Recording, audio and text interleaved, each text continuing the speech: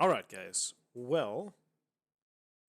Alright, guys. Hey, Super Chat coming in already. Message retracted. I missed the message. 199. Thanks for the donation, man.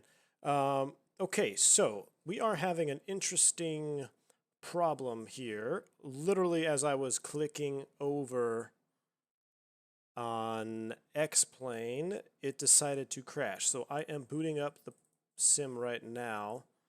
I'm checking the log file. I want to know why that crashed. Searching for Fly with Lewis Rips quarantine. Interesting. Alright. We're firing up X-Plane right now. Just give me another minute, guys. It says the app is still running. We got interesting problems here. Hello from Kuwait. Greg Williams, $5 donation, man. I appreciate it. I know you guys are just enjoying a wonderful starting now screen, but X-Plane is doing some really bad stuff to me right now. We are restarting it. Okay. We are firing up here. Sorry about that. That's not good. Harvey, you're not seeing the description again or the link in the description again? Man, I don't know. I think something is screwy with the new update with OBS. Yeah, I don't know what's up with that. So, okay, I'm literally loading into the airport right now. Matter of fact, if you guys would like to watch, let's go ahead and do this. I don't like that my X-Plane crashed just sitting there waiting for the load. I don't know what happened. Anyway, hopefully it was a fluke. Hello from Kuwait. Yasser Allah, how's it going, man? Captain Tom, hey V1, do you have a call sign for when you fly DCS? Because if not, I might have one for you. Fire starter. All right, Captain Tom, I see what you're going.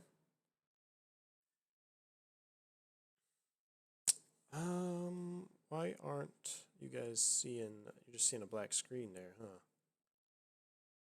Technical difficulties are the name of the game today.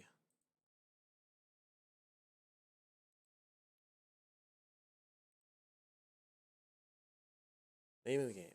You see, Captain Tom says, I see the description and the Discord is there for you. Okay, good. So you are seeing the description?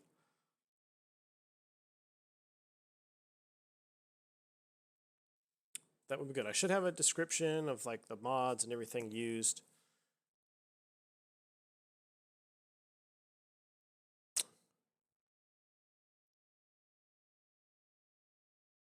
All right, we are in the airplane now, just giving the stream a second to catch up.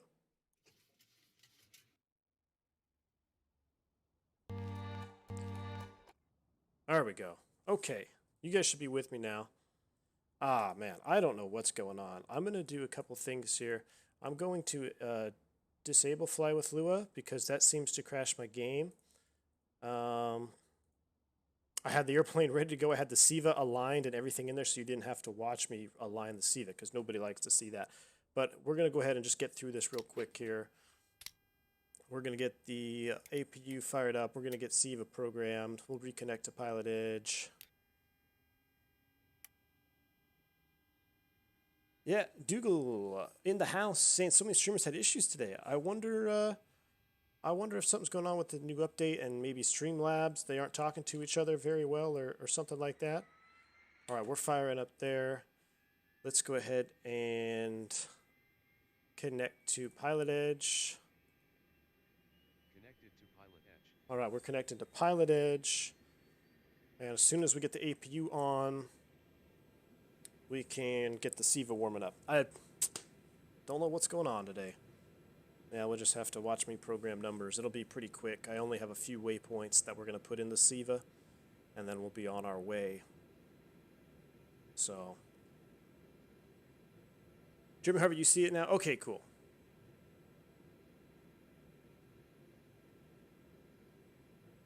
Let's see, I had a skipped frame a minute ago, apparently. Hopefully the stream quality is okay for you guys. All kinds of issues. All kinds of issues. All right, we got our APU on. Over to 327, SeaTac Airport, 9 o'clock, 15 miles. Let's go ahead and turn him down just a tad. All right, let's first things first. Let's get the SIVA into standby mode, and we're going to get our charts up here.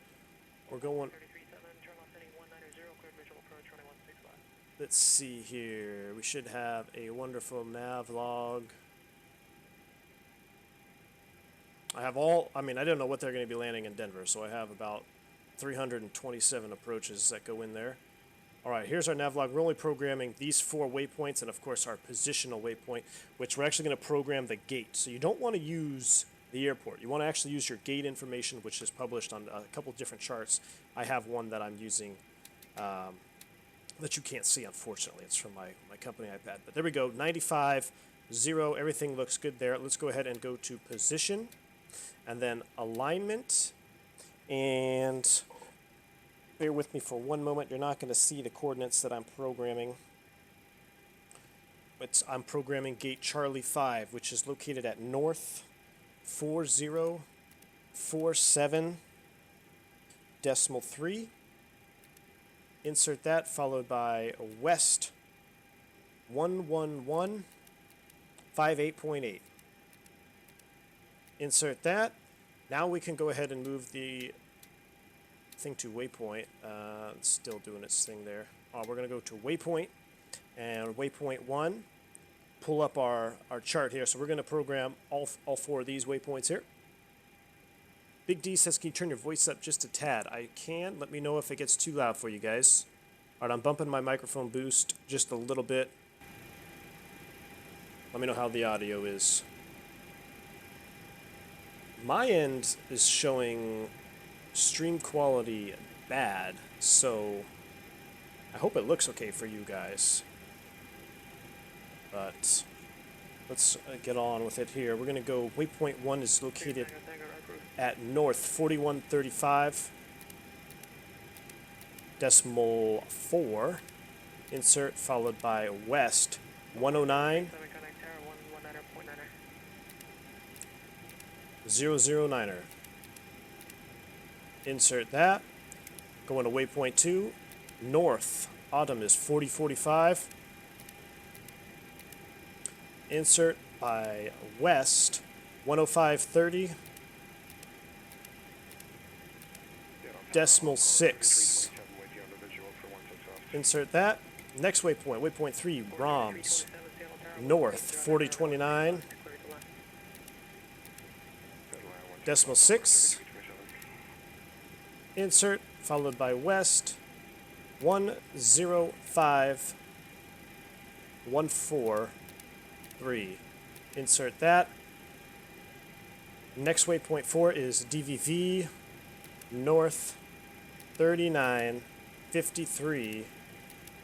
Decimal 6. Insert, followed by west 104.37. Decimal 4. And our final waypoint, waypoint 5, will be Denver International itself, located north 3951.7. Insert, followed by west 104.40 decimal 3. Insert. Okay, so our waypoints are in. Our desired track status should start to come down here.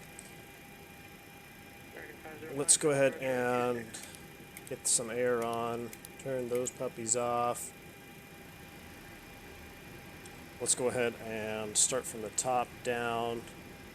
We got our spoilers and flaps. That looks good. Yaw damper is off. Pumps are off for now. We can turn the galley power on before engines start, so the flight attendants can make some coffee for everybody. Coming back up here. That looks good. Flight recorder test. Mach speed test. Oops. Stick shaker test. Man, I haven't heard a stick shaker test since I flew citations. Alright, temperatures are coming back up. Everything else looks good. Our filed altitude is 310.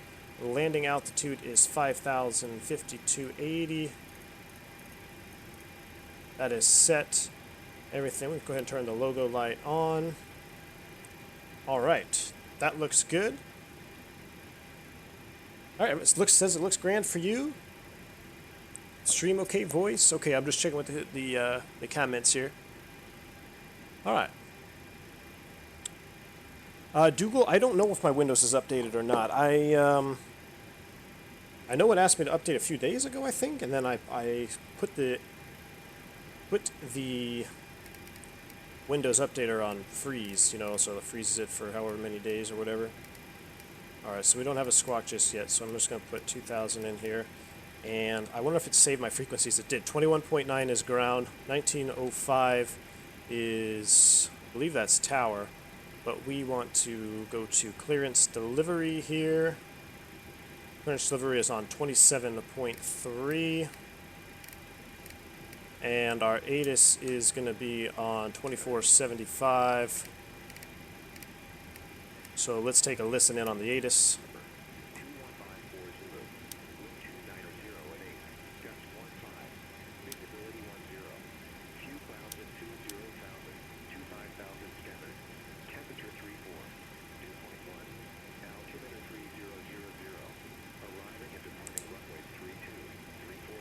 Oh, I take it off northbound?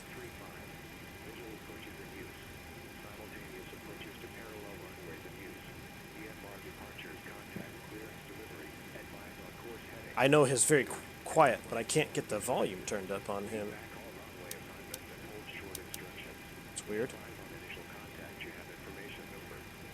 I think it's an information November.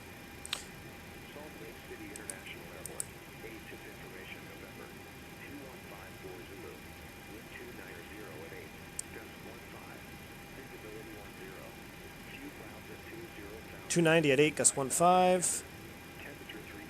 34. 3000. That's all we need to know. I know he's super quiet. That's kind of weird because I can't, if you see here, I can't change the volume on COM 2. I wonder if that's a bug. You see how this one goes smaller and I can change the volume? So 505, can I tower 18.7? might be a little thing for FlyJSim to take note of. All right, let's go ahead and pick up our clearance. We are on 27.3. Yes, we are.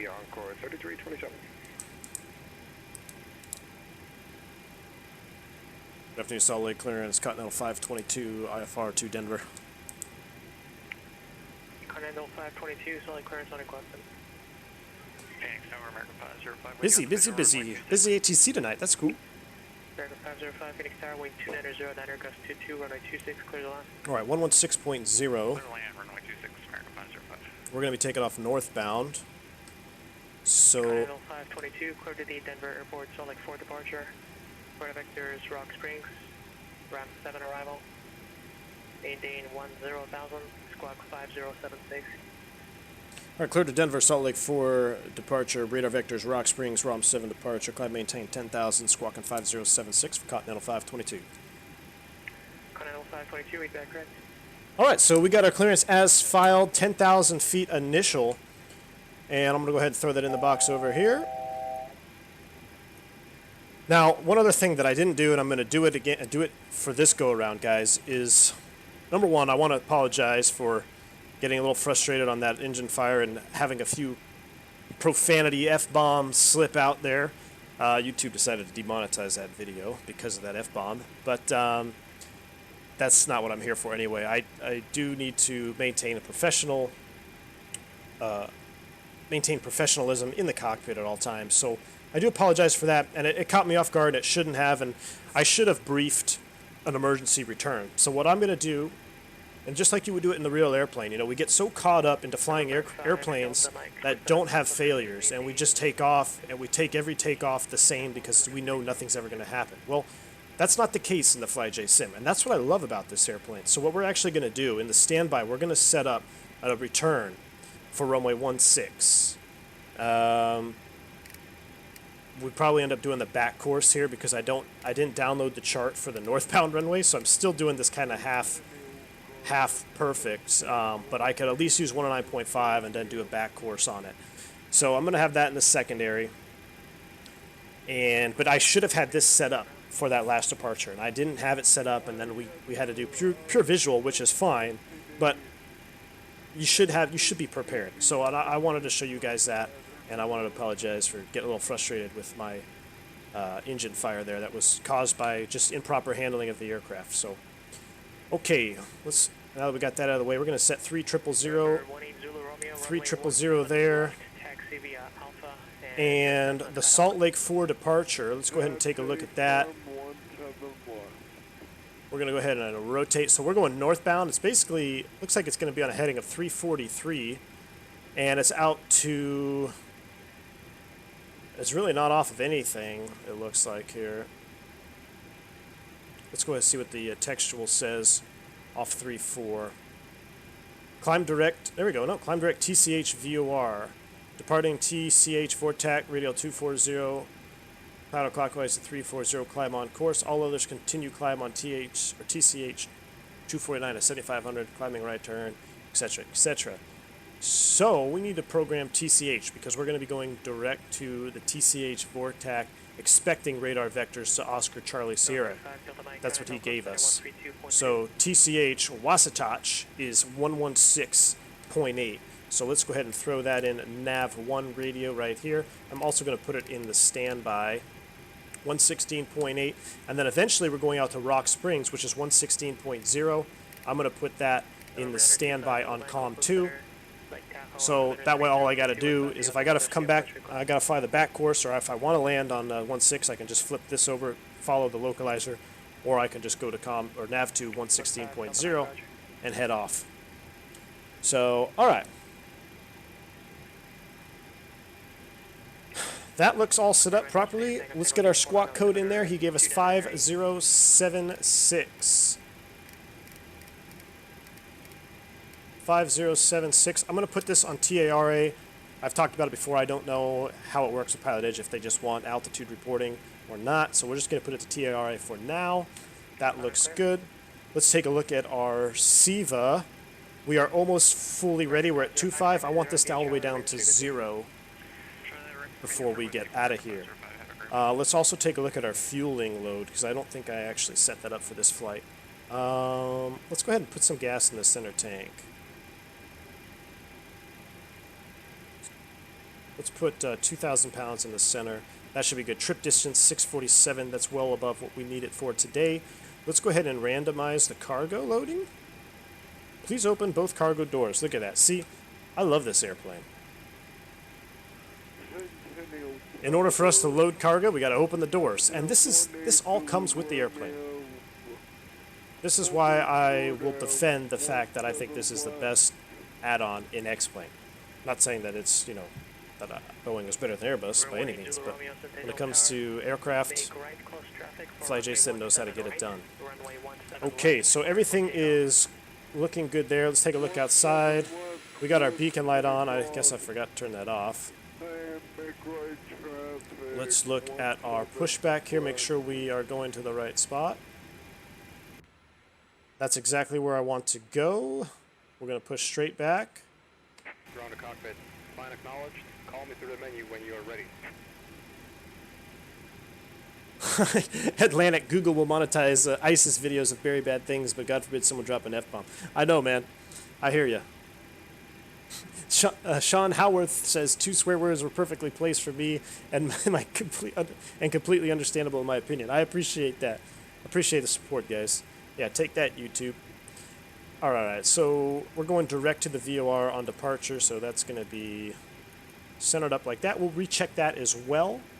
Okay, our SIVA is showing a 0.5, so we are ready to switch this bad boy into nav mode. Distance and time, 142 to 199, that looks good. A waypoint is set up there. Okie dokie, that looks good. Let's run a few checklists and get out of here. Battery is on, APU ground power is on, stall warning checked, emergency lights are armed, passenger signs are on, window heat is going to be coming on here momentarily, radio transponder set, parking brake is set. Before start checklist is going to be complete here in 1 minute. We're going to turn off the galley power. Window heat's coming on, pitot static heat is coming on. Let's go ahead and close the packs. 30 plus PSI, that looks good. Beacon is already on, which I should have had off at the gate, but that's okay. And fuel pump's coming on. We don't have to call for push on pilot edge. So let's go ahead and start the pushback and get off the gate. Ground to cockpit. Tow is Run another checklist here. Engine start, beacon is on, galley power is off, packs are off, bleed pressure 30 plus PSI, and we'll check the VEED valves in the start when we start the engines. 20 plus N2 is what we're looking for, and we are be ready to go. So we are all caught up. Airplane is in nav mode. I got my radio set up. We want to be on ground, which is 121.9. I'm going to flip that back over there. Also, 121.9 is ground control, and for northbound runways, runways 14 to 32, 17. I don't know which runway is going to give us. I'm assuming it's going to be 1905. okay, all doors and hatches are closed. Ready to connect. Let's put 1905 in there for now. We'll change it when we get our runway assignment if it's different. Squawking 5076. Everything looks good. Last thing I want to do is set my speeds. We're going to do another flaps 15. Winching strap and adapter in position. Release parking brake when ready to start pushback. Brakes release, clear to push. Bugs are set. EPR we're looking for is 2.0, which 2.05 is set there. We're going to be very careful of that EPR, guys. So in climb out, it's my understanding 92% is what we're looking for. But we got to watch these exhaust gas temps because, you know, it's hot. It's hot out here. So it was user error that caused that engine failure. That's kind of weird. That should be 3000. I think they missed a wheel or a number on the drum there. So that's 3001, but 300 over here. All right, we're starting pushback. IMDimitri is in the pushback tug. He's going all over the place. Spent too much time in Greece.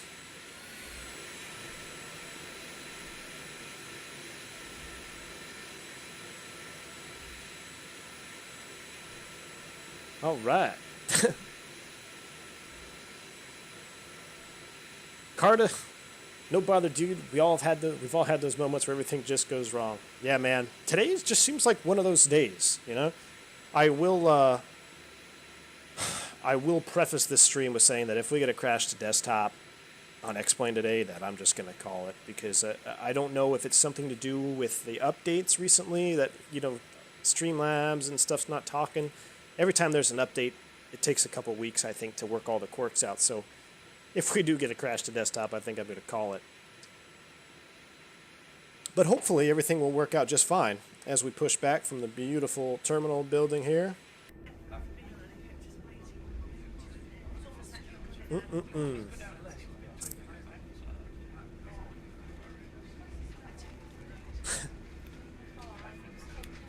Yoons Bulfenzi asks, are you Boeing type rated? Greetings from Morocco. You are international. No, I am not Boeing type rated. I am type rated in the Airbus, and I fly the Airbus regularly. So this is complete. Set parking brake. brake set, clear, disconnect. Disconnecting tow. Stand by. So this is not an instructional video by any means, but I do feel that I have a pretty good grasp on Boeing. Now, I was reading a little bit today, guys, after my debacle with the engine fire. I was wondering why I couldn't get this to push down. I thought that you pulled these out and pushed them back. Thank you for the subscription there, Macho04. Thanks for joining the V1 community.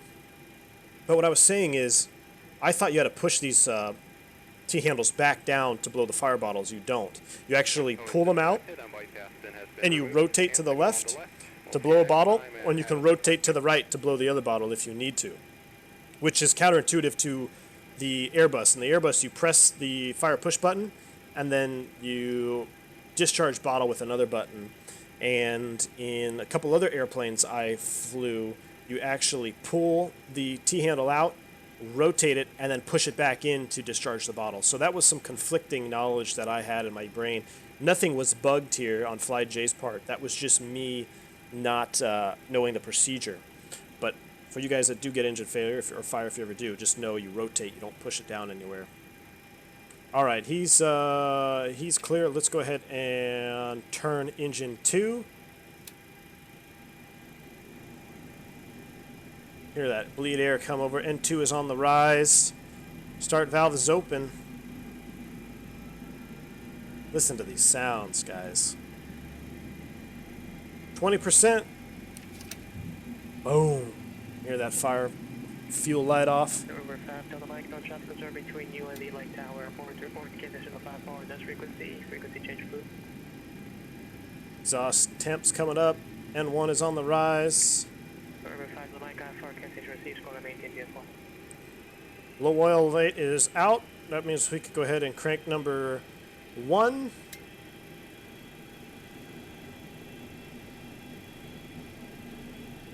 %, N2, we're going to throw in the fuel. Oh, baby. Yeah, come on around, Skyhawk, 7577 Golf, McCormick Air, information Bravo. Blocks off, says, hiya, I'm a bit of a lightweight tonight. UK time here after having a few drinks. I'll catch up on your vids. I enjoy your presentation where you focus on the positives of the 319 and 320. Awesome, Blocks. I know it's late for you all over there in the UK. River 7577 Golf. Yeah, get back around on a 22 taxi the Alpha Bravo. Decorum is the word you're thinking of. No problem. The frustration with the extinguisher usage with the mouse is understandable. Could be wrong, but 5-degree flap should be fine. Yeah, I think flaps 5 would be fine too. I just like having the flaps out. I think it looks cooler. That's why we sim, right? For everything to look cool. Alright, those go to flight mode. We go ahead and turn you on. We can turn you on. We can turn the packs on. Bleeds on. APU bleed off. That's in auto. Hydraulics coming on. Ram door full open for now. That's okay.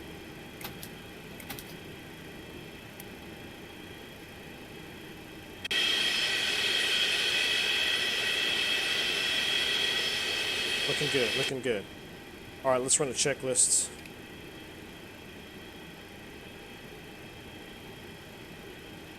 Alright, engine start checklist. We did all that. That is completed before takeoff. ATIS as required. Pitot heat is on. Flight instruments are set for departure. Flight controls checked.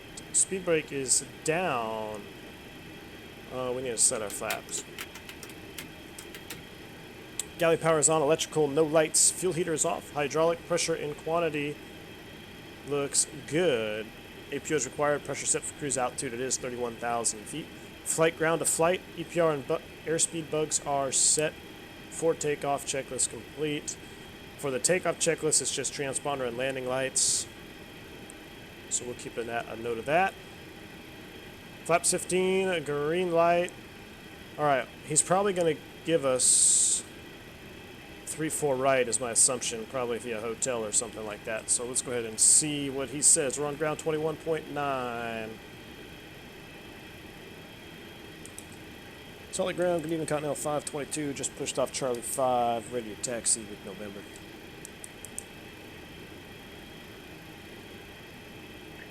Continental 522, solid ground line 34 right, taxi to hotel. 3-4 right, and can you repeat that taxi again?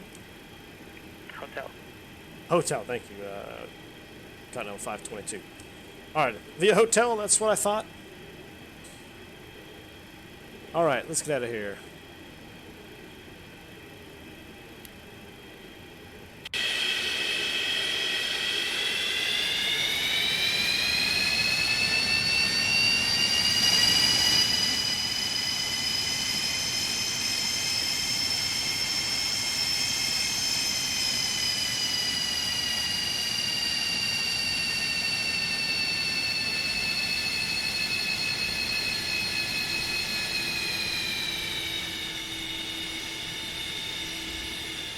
Whoa, a little bit of lag there. Rip frames. Apologize for that if that was too loud for you guys.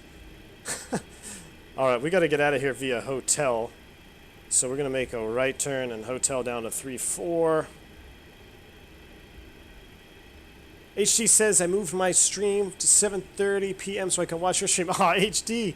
Dedication, man. I didn't mean to conflict with you, brother. I just, I felt I owed it to my fans that wanted to see the 732 today. I didn't just want to give up. You know, pilots aren't built to just give up. You know, we want to fix things, and we want to try as much as we can to get it done right. So I didn't want to give up on that one try. Trip Beats asks, would you rather be a Boeing 73200 pilot or an Airbus 320 pilot if you had the opportunity? Trip Beats, that's a tough one. If I could have the same exact quality of life that I have right now, I think I'd still have to pick the Airbus, man.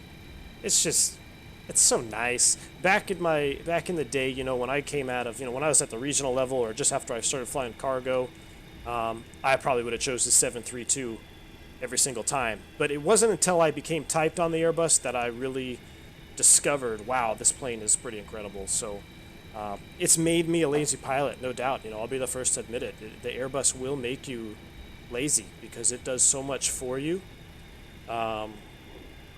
Centennial Tower. I'll turn him down just a little bit. Alright, this is Hotel. I am Dimitri in the house at 1:30 a.m. in Greece. What are you doing here, man? Glad to have you, Dimitri. I was saying that you were our pushback tug driver there because you've been sipping on those Coronas in Greece all day, so he decided to push us into a bunch of baggage carts just about. But it's glad to have you here, man. Dedication. Oh, you moved from Coronas to wine. All right, I'm behind you, though, right now, Dimitri. I'm on the Coronas right now. I got the Coronas right here. I think that's going to help me stay calm through any more engine fires, you know? Get a little bit of a buzz going on here. We'll be able to stay nice and calm. Dougal just linked this to a pal who's retired 200 pilot. Oh, man. I hope he doesn't make fun of me. That's cool, though. I'd love to. I was watching, there's a guy on YouTube, I can't think of the name. It's in the, somebody posted it in the FlyJSim Discord about the 73200 Combi with gravel kits and everything that's still flying around. It's actually got glass flight displays, which is really cool. But this brings me back, man. Somebody was saying in the last video in a comment that they got to go up front of the 73200 and see all the dials glowing and everything, and it's absolutely, you know, he's absolutely correct. I remember coming up here in the 73200 as a young kid and just being amazed, and I tell you what, I can almost smell this cockpit from when I was a little kid. It's just how much it stuck with me. So that in the 7.2, you know, 727.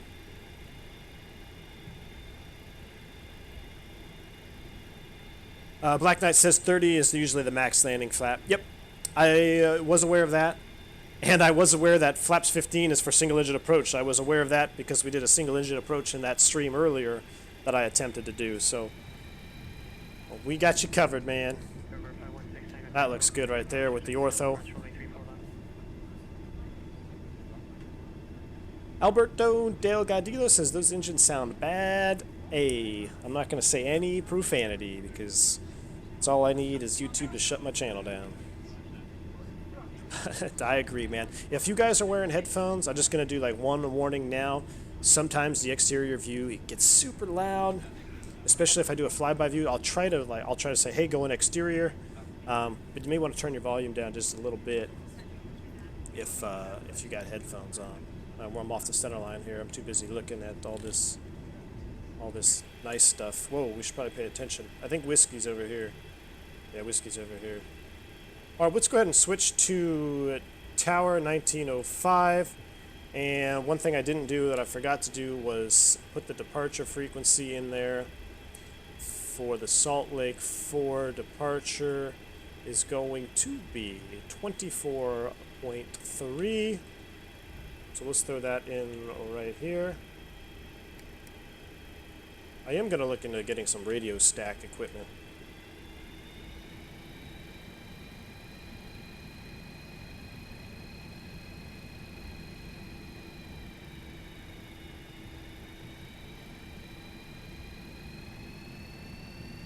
All right, one sip of pilot fuel. We're going to be tracking direct to the Wasatch VOR, which I've got dialed in right here, northbound 340.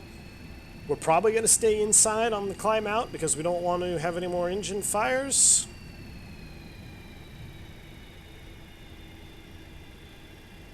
And what was our flaps up by? I think it was flaps up at 190. So we're going to go straight to 5 at 144, 170, and 190. All right. I tell you what, I can't wait for I did pre-order the honeycomb yoke, so when that arrives, I will be super excited. I'll probably be flying this plane a lot more, and actually, we're going to fly some 727. That is legendary. All right, we're on with tower. Yes, we are. Good evening, tower, Continental 522, holding short, 34 right, ready to go. Continental 522, Summit Tower, flying 340, runway 34 right, takeoff, wind 29 zone 8, gust 15. Heading 340, 34 right, clear for takeoff, Continental 522. All right, heading 340. One thing I do like about this, I don't know if it's true in all Boeings, but if you depress the brake pedals, it releases the parking brake. I like doing that. That's fun. I'm going to end up going into the Airbus when I go back to work and try to do that. The guy next to me is going to be like, what are you, drunk? Because you can't do that in the Airbus. You actually have to turn the parking brake off.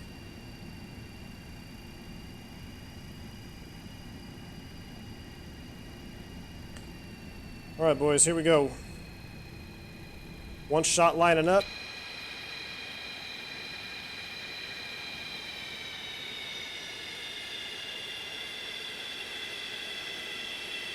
All right. That's it for now. Spool them up, 50%. Let the engine stabilize. Set thrust.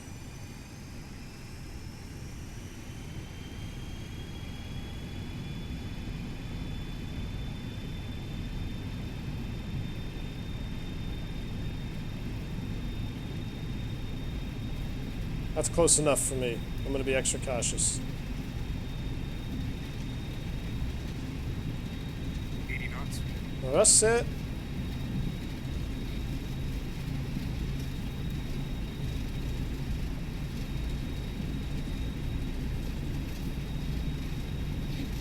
E1. Rotate.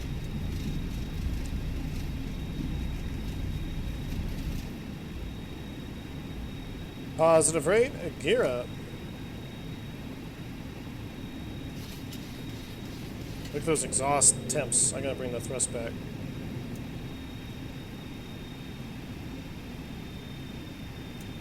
I'll go back to 1.90. 144, let's go flaps 10.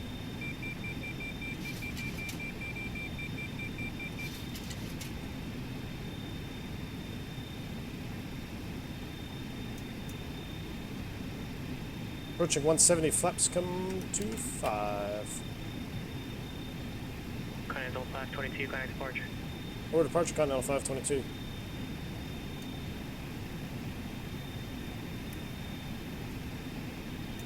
Departure, good afternoon, Continental 522, 4.9, climbing, heading 340, 10,000.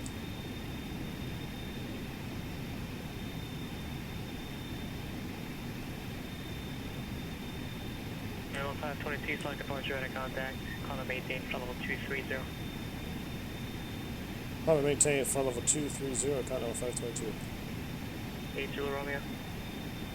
230 is set.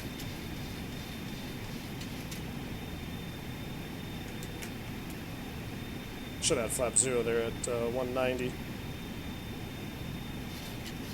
80 Romeo, roger, 35 right, clear to left. Alright, we can do... After takeoff, seatbelt sight, we're going to do that when we get up there. Anti-ice closed, gear up and off. Flaps up, no lights. Hydraulic pressure and quantity, normal. Climb into is 92%. So, we are right about 92%.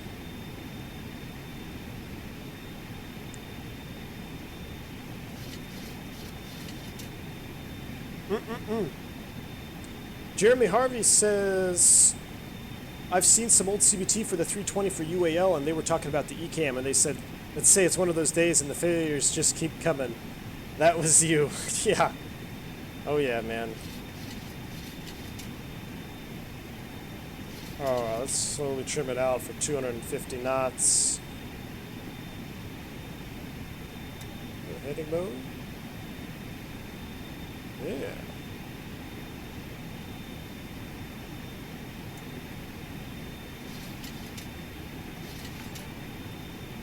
Alright. Dougal coming in with the donation. Just don't let those bells sound. Hey, man. Thanks for the support, Dougal.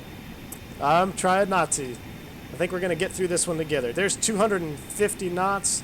Let's go into IAS hold. Let's go elevator, aileron, IAS hold, heading select. There's 10,000 feet. Let's increase speed, 290. Let's go ahead and get these lights off. Thanks again, Dougal. I appreciate it, man. Wing lights off, logo lights can come off. We're accelerating to 270. Is it 270 or 290? 522, correct, Rock Springs, resume modification. Direct to Rock Springs and no nav, countdown 522. Can we get a heading for that real quick? About heading up 064. 064, thanks, countdown 522. We're old school today.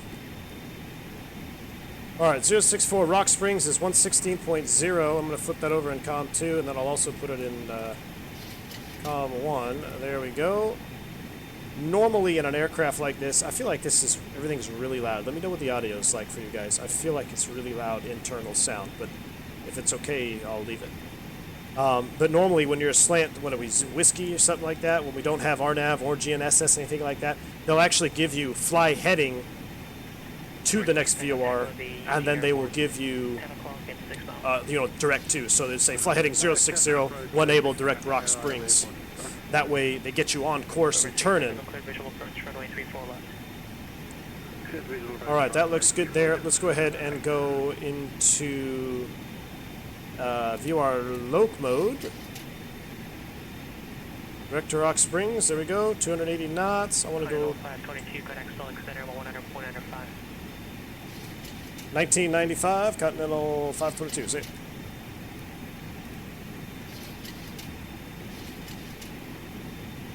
Center good, even Continental 522, 13.3, climbing flight level 230.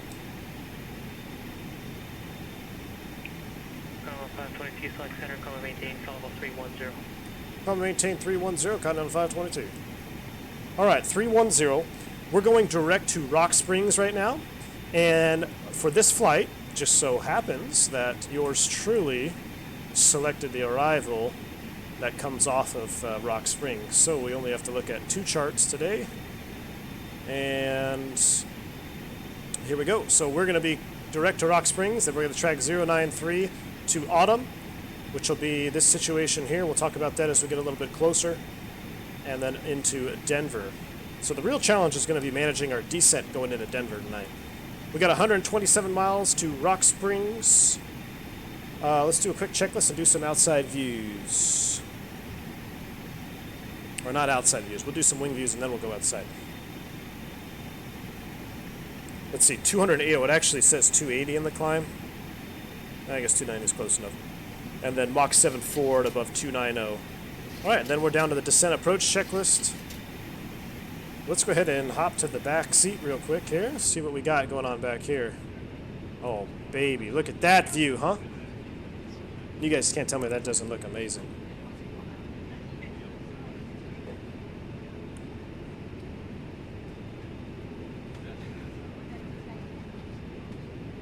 Technical aviator, rotate, Captain Canada. Yep. In the words of Captain Canada, rotate. I'm gonna ask him. I gotta ask him at some point if I videotape myself saying rotate in a real airplane. Can I be a partner in his trademark, and can I say that on my streams? It's catchy. I don't know what it is, but something about rotate. Every time I hit V1, I just want to say it.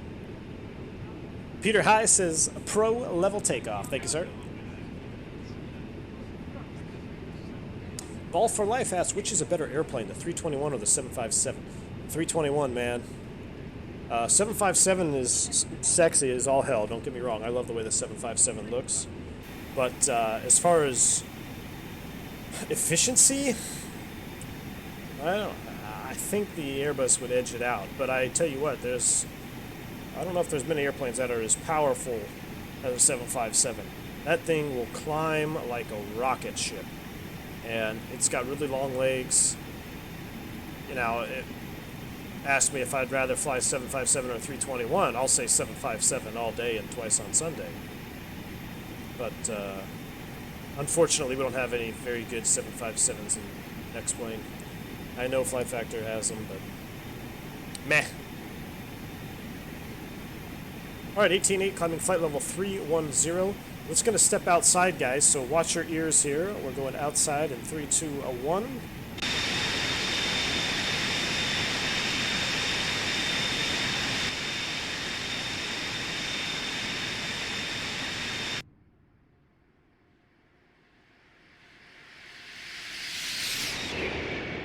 Whoo!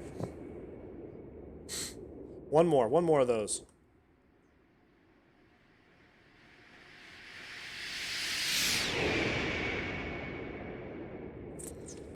Man alive.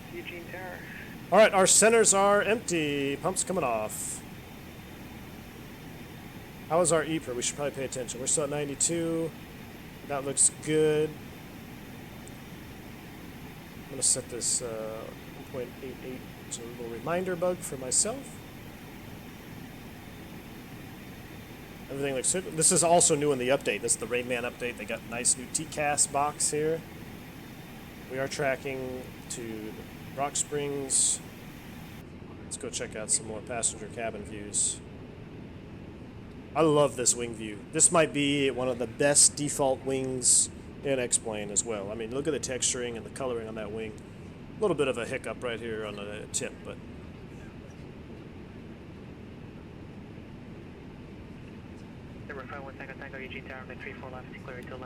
Alberto says the volume sounds perfect. Good. Jeremy Harvey, V1 Sim, the IXE J733 is another study level jet that's great out of the box, has fantastic sounds. You're preaching to the choir, man. I love that 733. Actually, I was going to do a 733 flight next because I had already done a stream in the 73200. But since the update came out, I really wanted to get back in the 732. We'll probably do a 733 flight in the near future. I'm going to kind of open it up a little bit.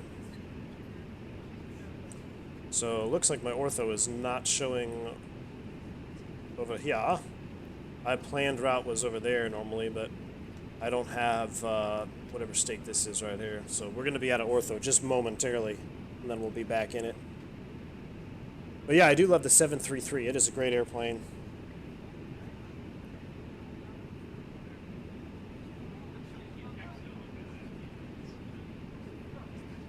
Dougal, sexy bird, yes it is. Love wings without winglets. I do too, Dougal.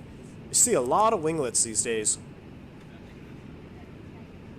But I totally agree. I like seeing planes without winglets. You know what I really like is the 757 without winglets. Talk about nice.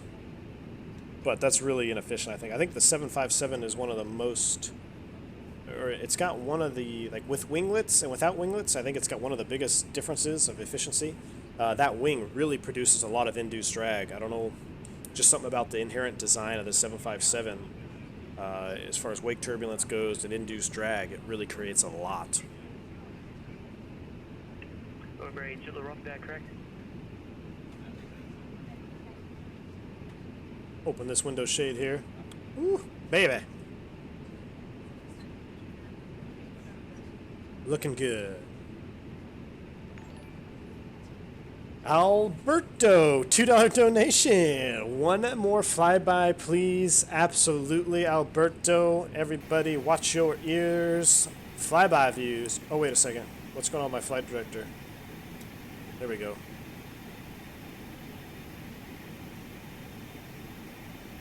Huh? We're going to get that flyby view. Let me just make sure we're not catching fire yet.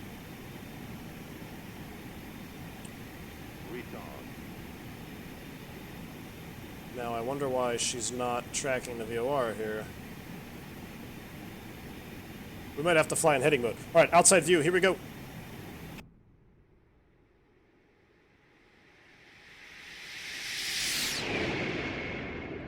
Oh, man, just entering the contrail layer with the moon in the background. Here we go, one more.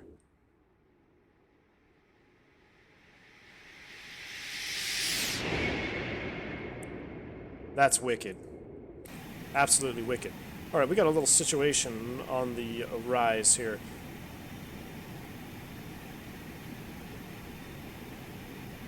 Okay. Old school, man. These gauges, sometimes they need a little finagling. Looks like we're back in it. We're navloc. Altitude hold is ready to be captured at 31,000 feet. We're 25.5, climbing 310.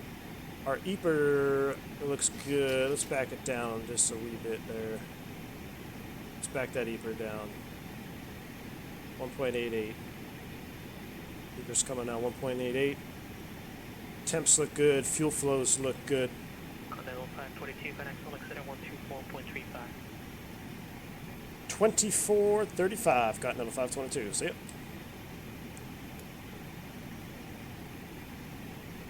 Center, good evening. Continental 522, 26, climbing flight level 310, direct to Rock Springs.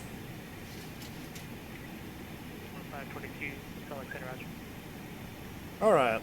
Now, in this, you know, I say it over and over, man, but this is why I love FlyJ. Is you really got to do an engine check. Like, I'm really checking my engines here. I'm really checking my temperatures and my oil, because you can develop leaks. Stuff will happen in this airplane, and that is what I think is missing from 90% of the add-ons in X-Plane, is a lack of a failure system. And I think FlyJ has the best maintenance tracking system, and I think the second best is TOLUS, because TOLUS has got that flight performance factor where you inject faults. So I think that it is that's got to be right up there. The only reason that I think FlyJ takes the #1 spot in that aspect is because there's little things in here, especially in the 7.2, where, like, you know, your bulbs will burn out. So, for instance, let's go ahead and do a lights test here. I got to make sure all my lights are working. Now, if I do this and, you know, like maybe my reverser unlock light doesn't come on, that means the bulb is burnt out, and you have to actually change bulbs. So doing a pre-flight checklist is necessary in this airplane, and checking everything, and checking your engines. And so it's, you know, that's what makes it the #1 for me. TOLUS is right up there, though. I do love their flight, or their failure simulation, too. And if you guys have been following the streams at all, you know that I've had my fair share of little nuances with the TOLUS failing little things on me here and there, which is a lot of fun and educational for you guys, because you can see me work through the ECAM and work through the procedures.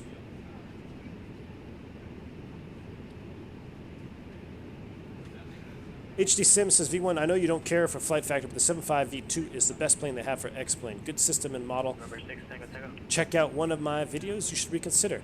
HD, I might hold you to that, man. So I have their 7.6, and that's what I was very disappointed with. I was extremely disappointed with the 7.67 from Flight Factor. So that's why I kind of closed the door. I didn't even look at their 7.5, but if you're saying it's really good, man, I might take your word for it. I might take a look at it. Ball for Life, does the SATCOM, or does the TOLUS come with SATCOM? Yes, it does. It has an option to put the SATCOMs on and off. It's got a lot of great stuff. You can toggle winglets, a SATCOM antenna, a Florence kit, all kinds of stuff. Really well done.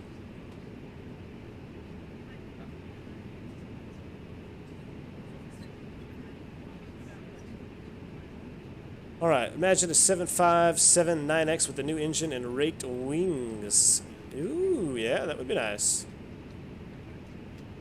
D3C022, hey, V1 Sim, finally caught a live stream. Thanks for all the helpful Airbus content you put out for us. Thanks, man. I appreciate it. I'm glad you're enjoying the content. And I'm glad you're learning. Glad you catch me live, too. That's fun.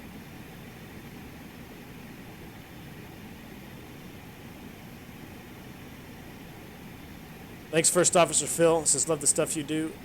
Thank you, thank you. We're going to have to remove this user.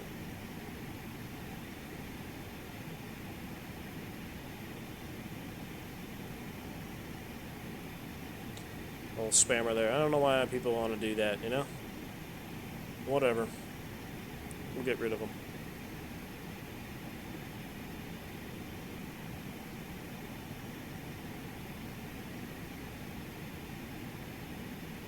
Alright.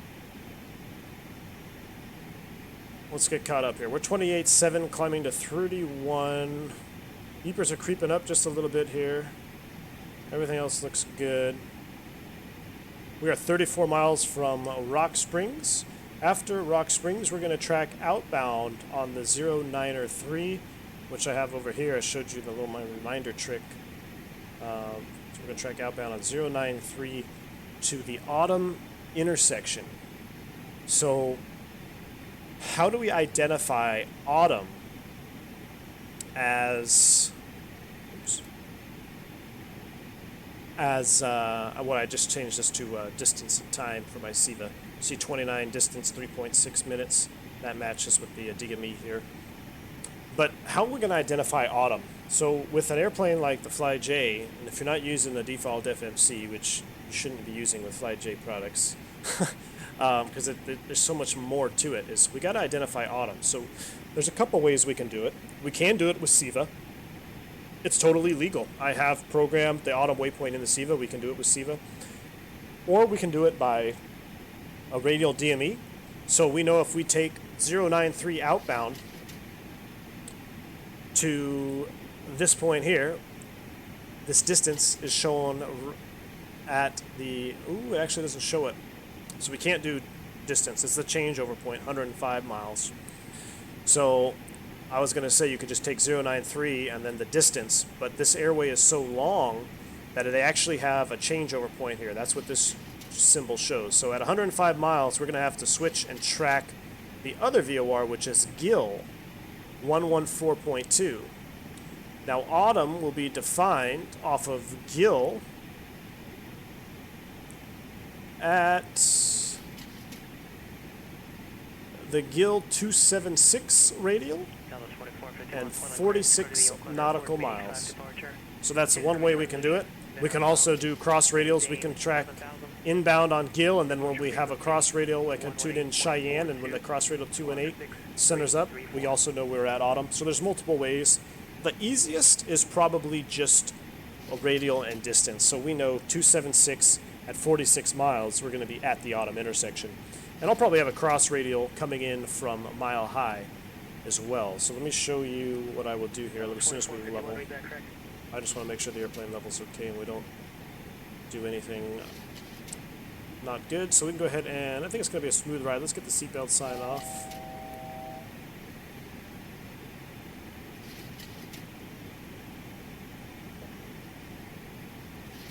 All right. 30 for 31. We're 11 miles from Rock Springs. Approaching Rock Springs, we're going to track outbound on 0903, so I'm going to set my heading bug. And as the aircraft enters the cone of confusion and it gets a little discombobulated, we're going to just switch over to heading and track outbound.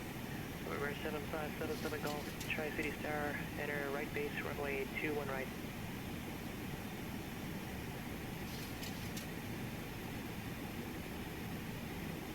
All right.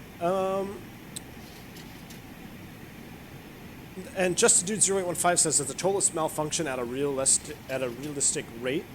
It's a random value. Yeah, and that's what Black Knight was saying. Yeah, you can set it at what rate you want it to fail at. I mean, you could turn it way down to where it's realistic and you may not get a failure for a very long time, or you can bump it up, which I have it bumped up to about 100, I think, and that makes the failures happen a little bit more common, which for someone like me, I enjoy doing that. I think it keeps me sharp, and it's fun for you guys to see that on the stream. So that's why I have my failures bumped up a little bit.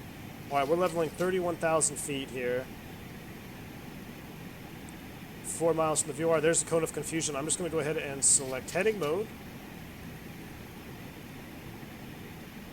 Whoops, I didn't want to do that turn, so I just made it worse. But 093. Now let's go ahead and tie in and put in our course at 093.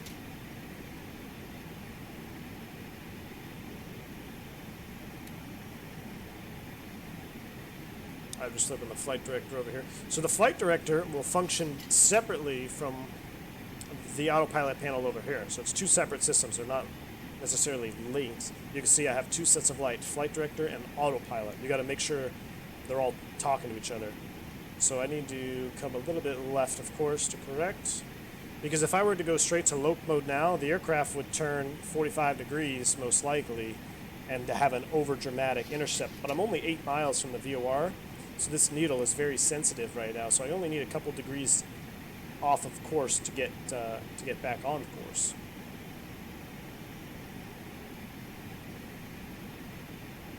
See, the CDI is already starting to come back in, and that's only a 15 degree. 2832, Continental 522 is it. And ATC will always call you when you're in the middle of something. Super Chat, Aviator. I may not be able to jump seat with you in real life, but this is still damn good. Aviator, $5 donation. Appreciate it, man. I'm glad you enjoyed the content. Yeah, if you can't jump seat with me in real life, hop on the jump seat of the X-Plane world, man. Thank you so much for your support. Thanks for being here. All right, so now that I've got the aircraft turning back in, I'm going to go select VOR mode and VOR loc mode here. We're in nav loc, altitude hold. Everything is looking good. We're 18 miles from our Rock Springs VOR. So we know we're going to switch over at 105 miles, and we're going to tune into GIL, which is 114.2. So let's put that in nav 2, 14.2. And that way, this DMB2 here, we're actually already picking up GIL, which is interesting. That's good. Yeah, that's good. So sometimes that won't happen. Sometimes you'll be out of contact. Did I check in with this guy? I don't know if I checked in. Instead, I just want to make sure we checked in. Continental 522, level 310. Continental 522, Denver Center, Roger. All right, so we're 31,000 feet. We're tracking inbound. All right, so we're going to switch over to GIL at 105 miles. Then we're going to reach autumn when we're off of the GIL at 46. After we hit autumn, we need to turn right and track inbound on the 134 to Mile High, which is DVV. So I'm going to put 14.7 right here as well, and I'm also going to put 14.2 here. So I have GIL and Denver, a Mile High. So now we're set up properly. Tango Whiskey coming in with another super chat, $50 bomb. Man, I appreciate it. Thank you so much for your support. He says he's been watching for a while and finally wanted to show my appreciation. Start my commercial training this week and hope to be sharing the skies with you on the airlines as soon as possible. Keep up the great content. Tango Whiskey, I appreciate it, man. I'm glad you're enjoying the content. Thank you so much for that generous donation. And I'm sure I will be seeing you in the skies very soon. You know, when you are looking for an airline, hit me up on Discord, man, and we can talk. So I really appreciate you tuning in. Thank you for that. If we ever end up flying together, I'll buy you a couple beers. How's that? All right, we'll level 310. I'm trying to keep up with a lot of the chat, but I'm missing a lot of comments here. This is a higher workload airplane. I do apologize. Let's step out over here for a minute. Oh, we don't want to look out that window. That's awful. That's not too hot either, but we'll live with it for now. I originally downloaded Ortho for Utah, which is right here. I didn't download this state because I wasn't planning on flying over this state. But yeah, we'll be back into Ortho here momentarily.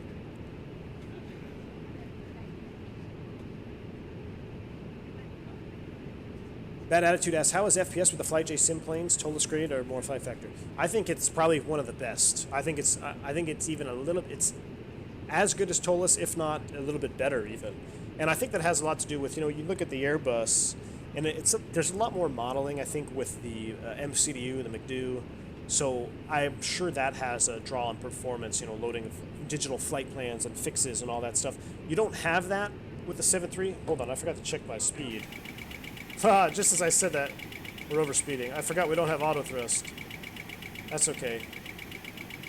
It's pretty common. I've flown with a lot of old freight dogs. They say it's pretty common to bump the clacker there. We're gonna bring it back to 1.6. We'll see where that stabilizes. I knew it was too easy to just be sitting back here talking to you guys. Knew that would be too easy. But yeah, as far as frames go, it's right up there with Tolis, if not a little bit better.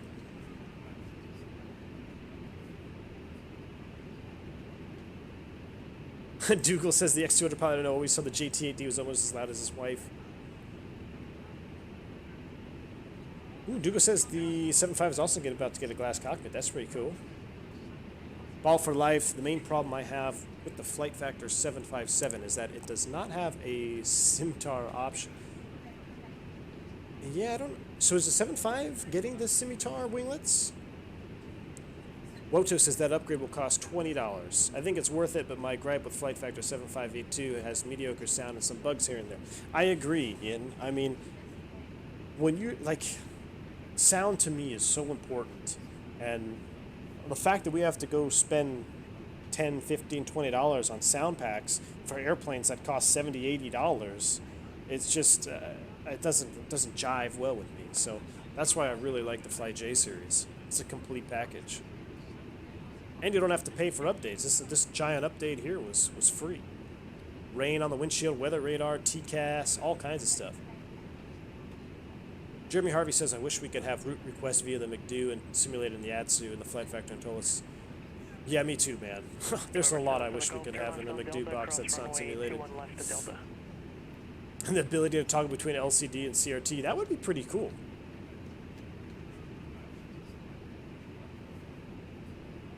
Ball for Life says, you not only operate 7.5 with the Simtars.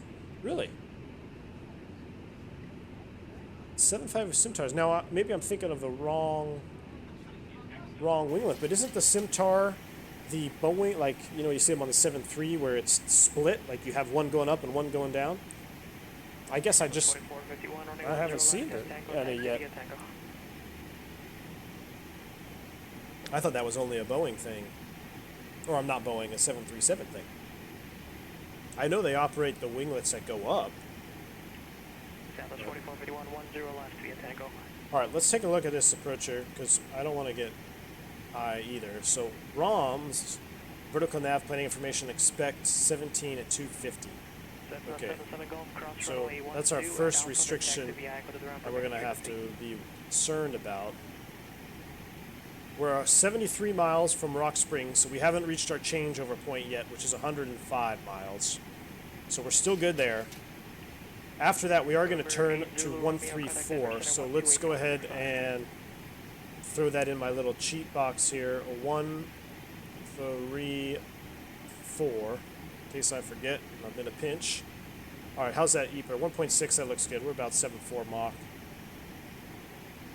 That sounds good to me. I'm going to go ahead and just hold that there. Bump it up 1.64.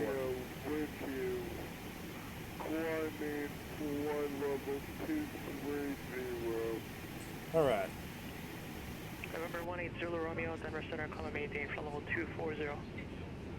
We're getting closer to the ortho now. There's the ortho out there.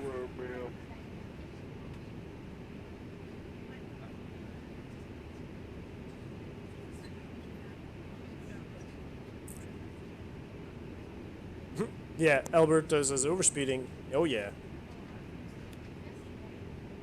My mistake. Hey, I'll take an overspeed warning over a fire bell. Definitely.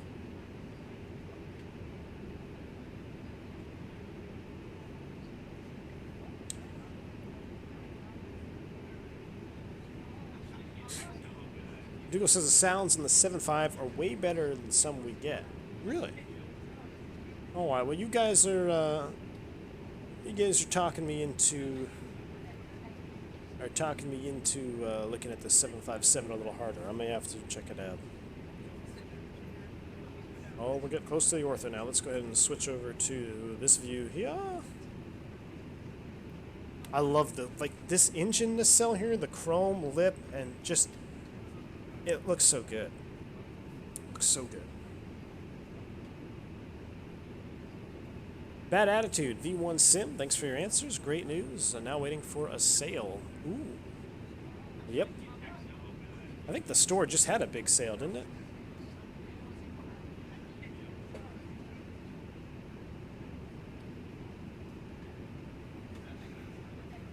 Swarm 3513, would you ever be interested in flying GA aircraft for a stream or a YouTube video? For full flights. Yes, Swarm 3513, absolutely. And I mentioned it in my last stream briefly. I kind of wanted to do, on Friday I streamed in the Airbus, but I wanted to do Friday night freight. And what we'll do is get on Pilot Edge, fly in the mountains, we'll try to pick, or maybe not, maybe we won't do Pilot Edge depending on where the weather is, but what I want to try to do is find some crappy weather and take up either the Navajo, the old twin piston, I have a series on that right now, or the King Air, and do some low and slow. I mean, the King Air is not necessarily slow, but do some low and slower turboprop flying, no GPS, none of that. We're not gonna, even in the King Air, we would just do VOR to VOR, old school, no GPS flying, and do some, you know, Friday night freight. What do you guys think? The reason I didn't do it last Friday is because I kind of felt bad. I know a lot of you guys come to my channel for Airbus information and you want to learn about the Airbus, and I love that. I love flying the Airbus. I think we got 2 great Airbus in the sim. But I didn't know if that would, you know, if you guys wouldn't be too happy with that. So if it's okay with you guys, I'm probably going to start doing Friday night freight. Hopefully I can do it on Fridays. I do have some other matters I have to attend to on most Fridays, but I'm going to try to work that in. So let me know what you guys think about that. I'm definitely going to still do Airbus. Like, we will never stop flying the Airbus together. And every time there's an update, we'll talk about it and fly Airbus. But I do want to start branching out and flying some other aircraft, because I have experience in quite a few aircraft. And, you know, not all of them are really well simulated, unfortunately. But I think it would still be fun. Also, I'm going to be uploading a King Air Beach 99 video. It's all real-world flying. I'm doing it mostly because I want the footage for myself. I recorded it all on the GoPro. I think it was the Hero 1, like the original GoPro. And I was flying freight at the time. This was years ago. And so I put a little montage together of it. I'm going to kind of release it as a trailer to my King Air series, which I'm going to be doing in parallel with the piston series that I have, that I talked about, you know, flying piston aircraft and when to descend. Cross ramps at the main Dane 17,000, the Denver altimeter 3001. Cross ROMs 17,000, Continental 522. Alright, 17,000 is set. And we missed our changeover point there, so let's go heading select. We're going to switch the radio to GIL 14.2. GIL was 276 outbound, so that's the 056 in. That doesn't make sense. 276 inbound, which will be the 096. There we go, 096. That looks better. 096 inbound to GIL. Go back into VOR mode there. We are in load mode. Alright, so we are 94 miles from GIL. At 46 miles, we got to make a right turn to 134. I'm going to put my heading bug. We're still a little ways out. 134. Okay, I'd love to keep chatting in the comments, but we're getting ready to have to start our descent. So, let me do some quick math here. We know we got to cross ROMS at 17,000 feet. ROMS is 46 miles from DVV. DVV is 14.7. So what I want to do is put 14.7 in a standby for number 1. And I also want to get DME from 14.7 right now. So I'm going to put it in nav 2. We're 104 miles. So let's see here. This is 100. Let's see, 66. We got to add these up. It doesn't have a total distance on this chart for me. That's why I wish it had Jepson charts. All right, we're going to do a little bit of math here. All right, so we got to add, it's the waypoints here. 14 plus 14 plus 18 plus 8 plus 54 miles to Elke plus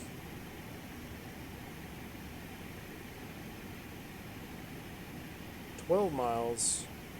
So 120? That doesn't make sense. Oh my gosh, I'm a retard. I apologize. Right here, guys. 66 miles is autumn. So 66 from DVV. So we're at 31,000 feet. I apologize. 31 minus 17,000 is 14,000 feet. We're going to multiply that by 3. That's 42,000. Drop the zeros. 42 miles. 42 miles from autumn. No, 42 miles from ROMS. We need to start down. So from ROMS to autumn 4451, connect departure. is going to be 12 plus 8, which is 18. Ugh. So we have 18, 44 minus 18. So we still have 26 miles. Okay, so now we got to add 26. I know this is a lot of math. We have to add 26 to 46. So 26 plus 46 is 72 miles from Gill. We got to start down. So pretty soon, we're 88 miles. That was a cluster, so I apologize for that. But essentially what I did is I took my 3 degree, 42 miles from ROM that I need to start down.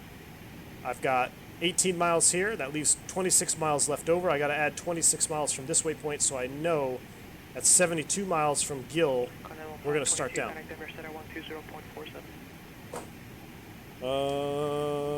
we go.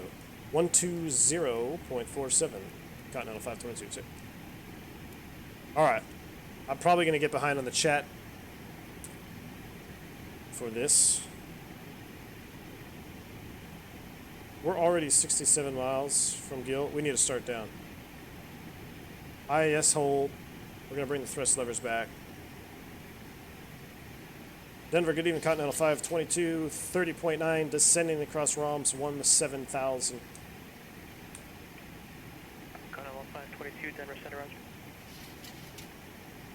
So I'm going to descend right there. Let's go IAS hold. And I'll bring in the thrust back. So now we're on the descent down to 17,000. I was looking at the wrong DME. We should have started down at 72 miles from this distance over here. Southwest 4451, And at 46, we got to turn right. All right, so that looks good. Let's take a look at the Denver ATIS.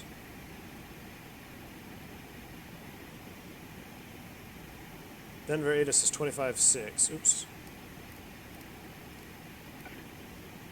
Denver International Airport, ATIS information Victor, 2253 Zulu, with variable at 4. Denver, you know, what is the world now? 16,000 scattered. What is the, altimeter, 3001. 6 right, 16 left. Romeo altimeter 3022. 3022, Roger. Approaches in use. ILS runway 16 left. Center Runway Southwest 4451, 9,200 for 15,000. Multiple now through approaches Southwest 4450, Seattle Center, column 18, flight level 370. delivery. Up to flight level 370, Southwest 44. All right, that was a cluster. All right, we got information of Victor, variable at 4, 3001. They're landing southbound. All right, we're descending to 7,000 feet. We got to make the turn here to 134 at 46 miles. Dimitri, he says, I just bought this bird thanks to you. My wallet is giving you the eye. Dimitri, but hey, you're going to be able to fly this. Check this flyby out. This is you, Dimitri, right here. You can't tell me that is not awesome. Look at this bird.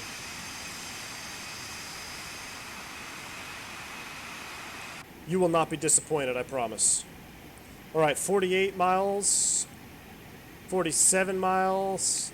That's close enough for me. Heading select, coming to 123. We got to track course 134. Things are getting busy. Got to track course 134 off of DVV, which is 14.7. Yes, it is. There it is. It's syncing up just almost exactly. Let's go to loc mode. Let's capture that. All right, so now we need to hit ROMs. We know ROMs is at 46 miles. We're looking good. So 46 from 63. 27 descending 17. That's 10,000 feet times 3. That's 30. We should, at 30 miles from now, will be... we got to pick up the descent just a little bit. We got to pick up the descent a little bit. I'm bringing the thrust back a little bit more. We got to be at 17,250 knots at 46 DME. Is that for us? Who is that for? Continental 525 Denver approach 120.35. 120.35 Continental 522. That was for us. Denver approach Cleveland Continental 522 at 26.3 descending across ROMs 17,000 information Victor.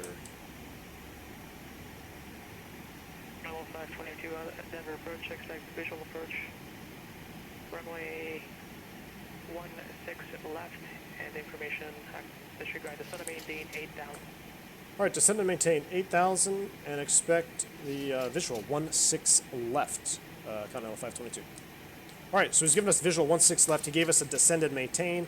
That makes my job a lot easier. I no longer have to comply with the 17,000 at ROMs. And we need to program our backup, our little ILS in the backup here. Always want to have something. 16 left, look at that, perfect. 109.5 is the localizer. I'm going to put that in the standby. We're not using this one right now. 109.5 there. We'll also put it over here. The approach course is going to be 164, but I'm going to leave that because we're tracking inbound still. We would have been high at ROMs anyway. We need some speed brakes. Whoops. 522 flight 120 vector to final. Flight heading 120, Continental 522. Alright, so he's making our job even easier. 120 on the heading, heading select. And we can actually switch over to our load frequency now, 109.5. Final approach course is going to be 164.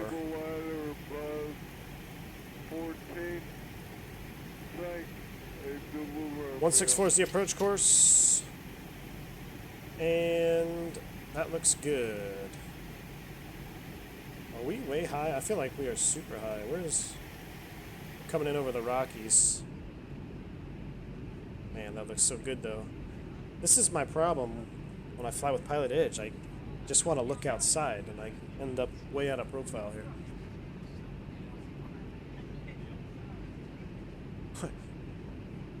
Jeremy Harvey says, I'm mostly blind, so I pay attention to sound much more than the average person. For a while, I was thinking about working for the NTSB, transcribing CVRs. Man, Jeremy, that'd be a great idea.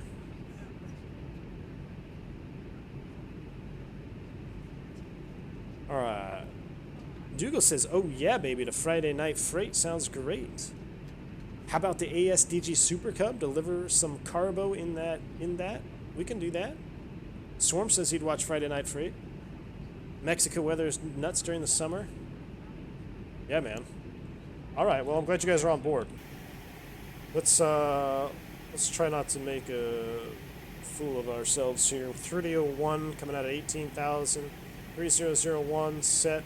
3001 set. We get the passenger signs back on. And let's make sure we're not skipping anything here. Seatbelt signs on. ATIS is closed. Landing lights will come on below 10. Altimeter set. Radio altimeter. We need to set that to 2 hundo. Flight instruments are set. Hydraulic pressure and quantity normal. Pressure and cooling doors set. Descent approach checklist complete. All right, I'm going to increase the speed a little bit here. So we get down to 10,000, and then I'm going to level off. IMDimitri says it's about time someone did a real flying stream on the tube. So huge yes to Friday night. Sweet. All right. I'm down. I was ready to do it on Friday, but I just wanted to make sure you guys were on board. All right, we're 14.2. We gotta level at 10 so we can slow down. Look at this Denver Ortho from ForkBoy. My goodness gracious. We're at idle thrust now, so the engines are much quieter. Man, old retro Continental livery. All right, 12.6. I'm actually gonna set 10 here for a second. I am starting to see Denver there about 2 o'clock. Looks like we have some sort of localizer. 522, turn right heading 140. All right, turn 140, Continental 522. All right, here comes 11.5 for 10. Tower frequency. Oh, this is 1.6 for Salt Lake. Almost made a big boo-boo there. 1.6 left for Denver. 111.1. Almost made a big mistake. 111.1. There's 10,000. We're going to slow the speed back. Let's get the speed brakes out. Lights coming on. Help us slow down a little bit. And now we can select 8,000. Speed 250. IAS hold. Down we go. Alright, 10 and 250, we're looking good. We are looking good. Alright, so I almost had a big mistake there. We almost had the wrong frequency tuned in. 111.1, we've got that. And Denver Tower is going to be 35.3. So let's throw that in the standby.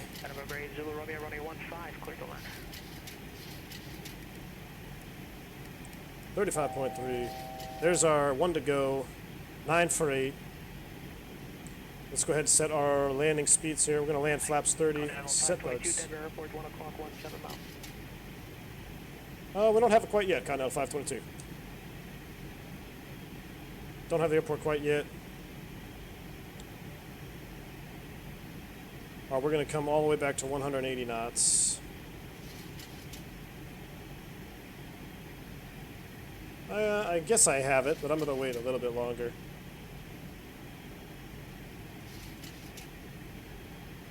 Alright, let's go ahead and get those armed.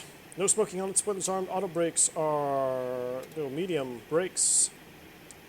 And we'll hold the checklist there. Continental 522, intercept runway 16 left, localizer, descend and maintain 7,000. Descend and maintain a 7,000, intercept the 16 left localizer, Continental 522. Alright, so below, what do we got? Below 230 flap, below 225, flaps 5.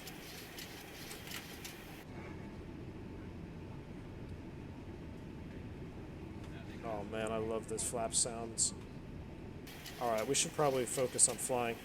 Airport site, Continental 522. Continental 152, clear visual approach, running 16 left. Cleared visual 16 left, Continental. Cleared visual approach 16 left, Continental 522. Alright, we're cleared for the visual approach. Auto approach set. We're going to keep that manual. That's right. Keep that off. Gears coming down. Yeah, he vectored us in pretty low. Maintain 7,000 until we get on the slope. Flaps 10.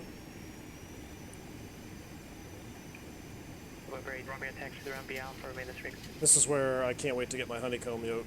This is still a little bit weird with the joystick flying a Boeing, but we'll make do. VREF is 131. Flaps 15.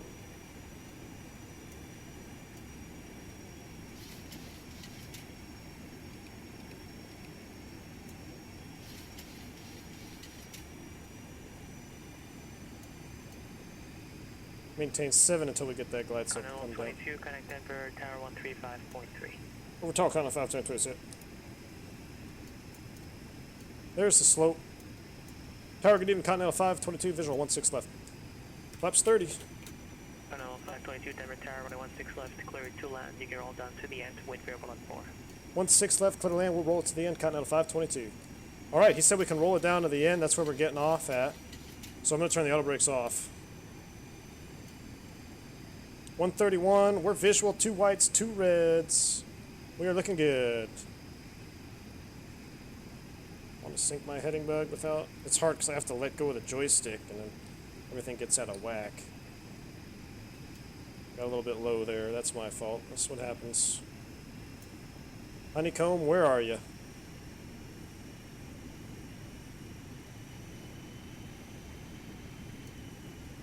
Just trying to catch back up to that glide slope. Never want to be low.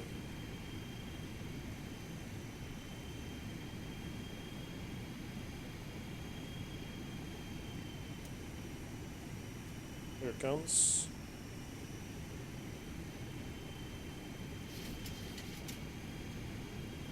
$131 on the speed.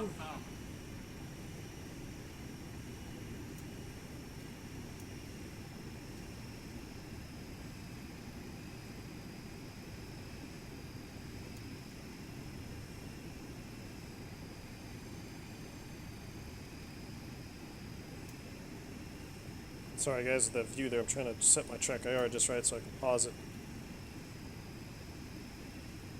Alright, we're on the slope. Landing checklist is completed.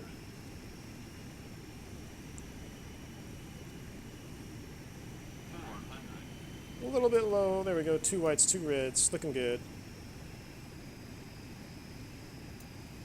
We're gonna roll it to the end, so we may land a little bit long. I'm gonna try to put it in the touchdown zone still though as required.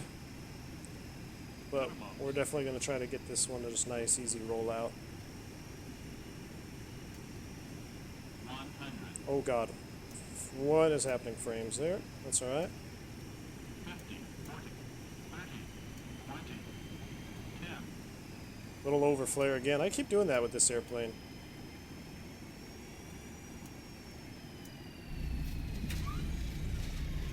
We're down. Speed brakes out. Reversers. We're gonna let her roll.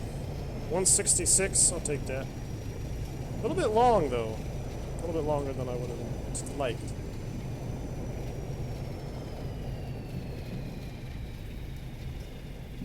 Ladies and gentlemen, welcome to Denver.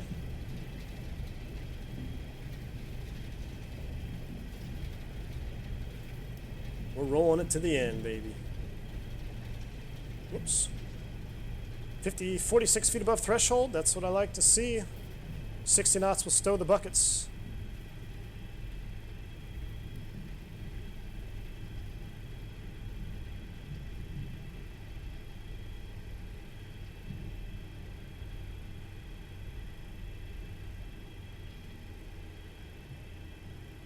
Continental 520 taxi via Gulf to the ramp, remain this frequency. Gulf to the ramp, stay with you, Continental 522. Thank you, sir. Alright, Gulf to the ramp, stay with him. Look at the reflections as I turn the airplane. I mean, come on, how do you not like this airplane? Lights are coming off. Actually, I can stay on. Let's fire up the APU. Whoops, whoops. The APU is coming up. I think I can turn these to off after landing. Okay. One of you guys can correct me. Strobe lights coming off. And wing lights come off.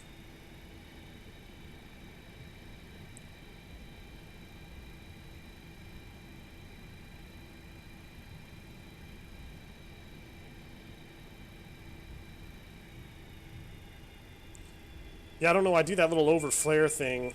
Well, that's interesting. Inner marker, huh?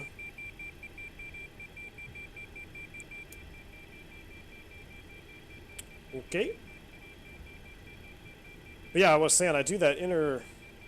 What is going on here? I do that little over flare. I think that might be some Airbus transferring over to me, just muscle memory, some habit. This wasn't really a taxiway that I turned on. They would give us a spot entry here, and then we would turn in on the spot, like this one. And we'll go ahead and disconnect from Pilot Edge so I don't forget, and then we'll watch some replays. And let's also do an after landing checklist. How's that sound?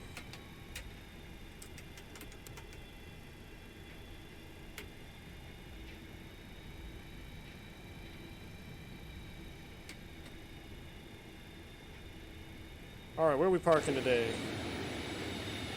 We're gonna go right there. Listen to these flaps. Listen to when the motor stops.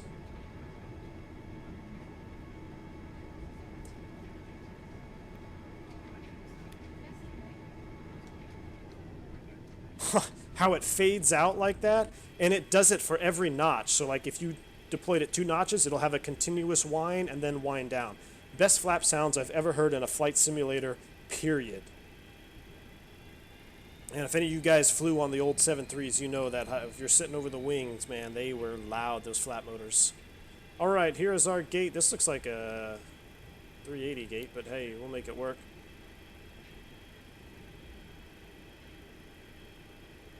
Safety zone looks clear. Should have 3 marshalers. We got 2.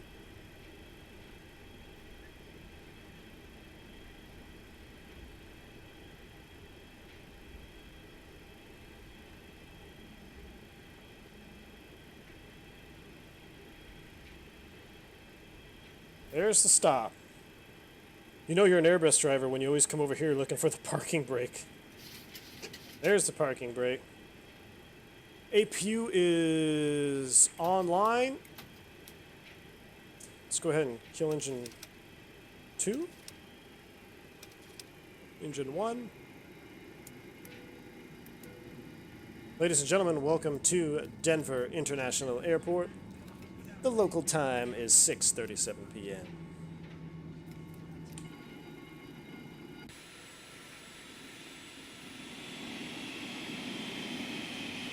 Listen to those engines spooling down.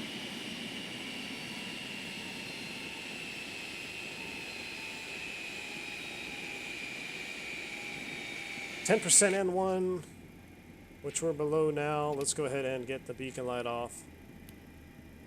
I don't know if that's the procedure. So before I do too much configuring here, let's watch the replay. I'm going to catch up with some chat messages, and we can call today a successful day with a successful stream. All right. Oops, real view. There you are. Disengage real view for replays. And make sure I did disconnect from Pilot Edge. I did. Okay. Instant replay. Here we go. I'll get to your comments and we can chat. Let's back it up a little bit more. About right about there. That looks good. Let's hop over to, let's do it from, let's look at the terminal. Let's go this wing. Whoops. Yeah, that's not where I want to be. What the heck? That's not where I want to be either. Well, if that doesn't make you dizzy, I don't know what will. We'll go with this.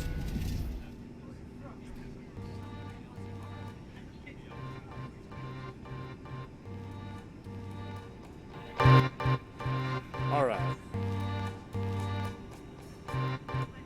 Let me scroll back in the comments here. Again, that's some good ones. All right. Optical RX, how is becoming a pilot? I want to become one. Optical, start as soon as you can, man. That's my recommendation. Start soon and don't give up. IMDimitri says it may be all the wine, but all this math is making me dizzy. Watto Yin, flying the 732 is a handful. Flying an Airbus will leave you lots of time to chat and relax. Absolutely, man. It is a handful, but I love it. I mean, you gotta stay sharp. Oh yeah, coming down. Dougal says that V1 can do this and talk to us, speaks volumes. I appreciate it, dude. It's not easy. Ooh, baby.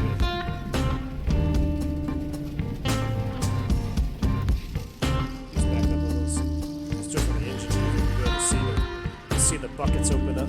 I appreciate that, dude. Yeah, it's hard to chat. That's way too loud. That media volume.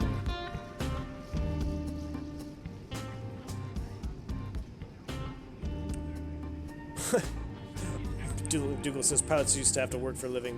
We sure did. Hey, we still work, man. We still work. Just different kind of work. Yeah, Andre says check the ILS. I think that was a Salt Lake. It was. I had the wrong Salt Lake. I had the wrong approach in there. Ironic. Both have 1.6 left. That would have been funny. Well, good thing we were VFR though, but we caught it. Abuja says I'm partially blind as well. It's awesome that you're doing that, man. Yeah, it is. That's awesome that you guys are, you know, even with some little medical conditions, you still get on the sim and follow your passion. That's awesome. Big D1 vintage Continental livery makes for a great looking plane. It sure does, Big D1. Andre says no wonder how SWA pilots land their birds in different airports. I know, man. That Attitude says V1 needs more likes. He's a decent streamer with a lot of info, so hit that like button. I appreciate it. Here we go. Let's get this touchdown. Watch these buckets open up here. Oh, baby. Oh, baby. We'll back it up just a little bit more. Let's go outside. Whoa, whoa, whoa.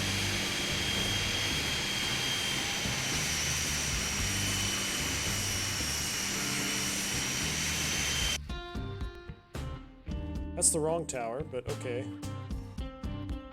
Now we're at this tower? That's interesting. Interesting. Let's go forward a little bit here.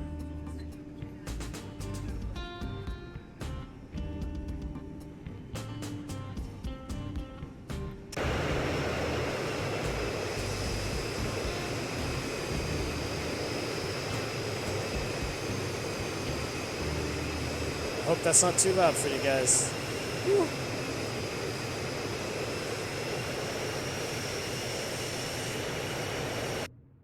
Here we go. Here's the view. Here's the shot. Man, I love that. Alright, let's see this little... See, a little overflare there. Eee! Overflare. That's okay. We settle it down nicely.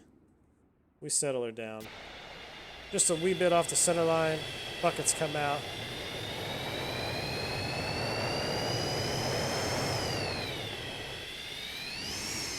Let's watch one from the tower.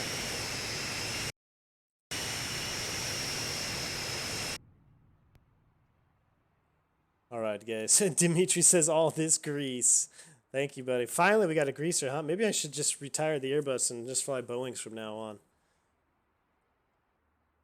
Roll out the grease collectors. Thank you, thank you. And the crowds go wild.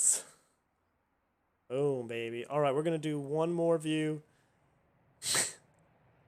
Another great skywalk in the boots for Captain K. I'll be on the next one as always. Thanks, Dimitri. Get some sleep, man. You're hardcore. Get some sleep. A lot of you guys are hardcore. Get over there overseas. Real late nights tuning in. I appreciate it, though. All right, we're going to set up the final view here. And I'm going to call it, guys. So I appreciate y'all. And thank you for the donations. Thank you for all the support.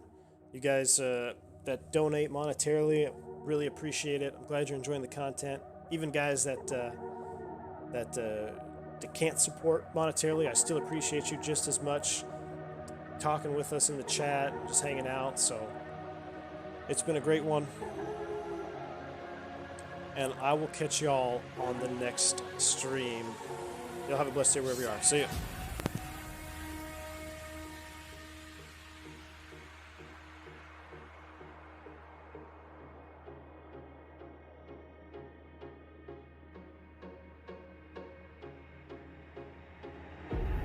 This is our show.